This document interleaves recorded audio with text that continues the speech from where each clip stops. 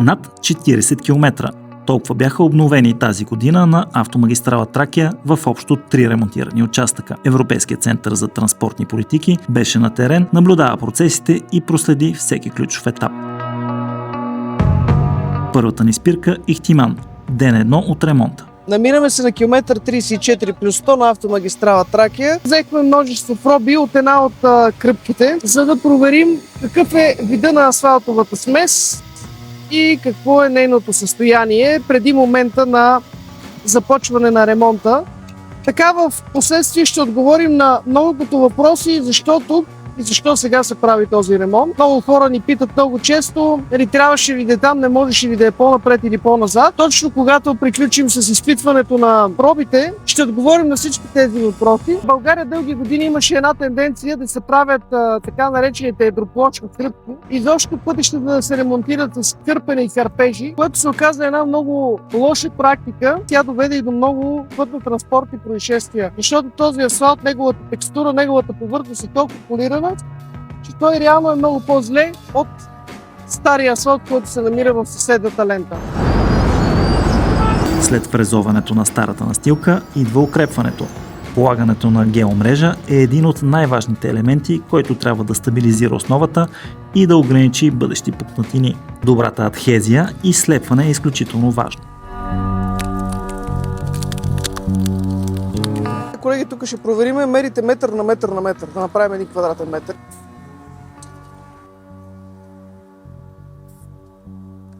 И сега с ето този уред всъщност проверяваме на колко килограма. 38-39 кг мрежата започва да се отлепва. Изключително добри показатели. Давай на още няколко места, за да видим. Ето започва след 27 кг, пак припомня, минимум е 10 кг. Всъщност този геотекстил е много важно да е залепен добре или да е прилепнал добре към основата. Това, което ние провеждаме като тест, е на избрани произволни участъци на 1 квадратен метър. Проверяваме на колко килограма започва да се отлепва мрежата. Минимум, под който не трябва да пада, е 10 кг. До тук повечето проби, които измерихме, всъщност геомрежата започва да се отлепва след 25-30 кг. Което е много добре. Има, разбира се, и някои дребни участъци, където са минали камионите, тя се е набрала. Помолихме изпълнители и сега вече са стартирали действия по това да си опънат и да си оправят. Стъпка 3. Полагане на биндер или основният междинен слой на настилката. Тръгнали, процесът не спира. За активната и изпреварваща лента се ползва голям асфалтополагач. Така няма фуга между лентите и това помага за здравината на асфалта. Полага се на точна температура, която се мери стриктно. Температура на въздуха 32 градуса.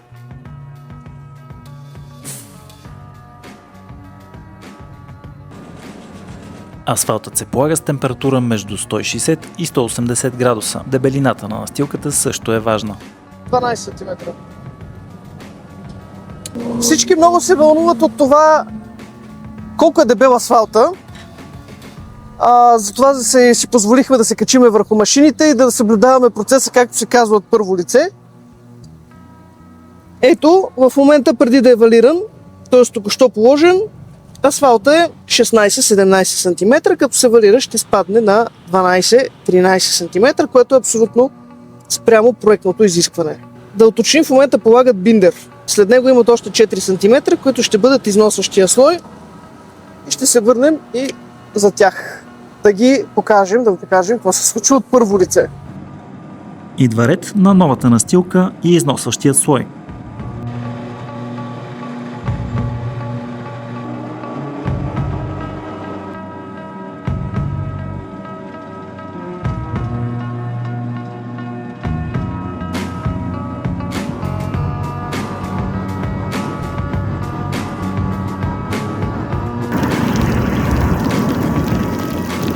При приключване на ремонта отново проби.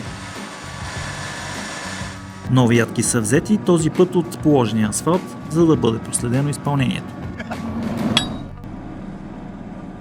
Готови сме. Добра ли? Да. Отсечката при Траянови врата също върви в срок.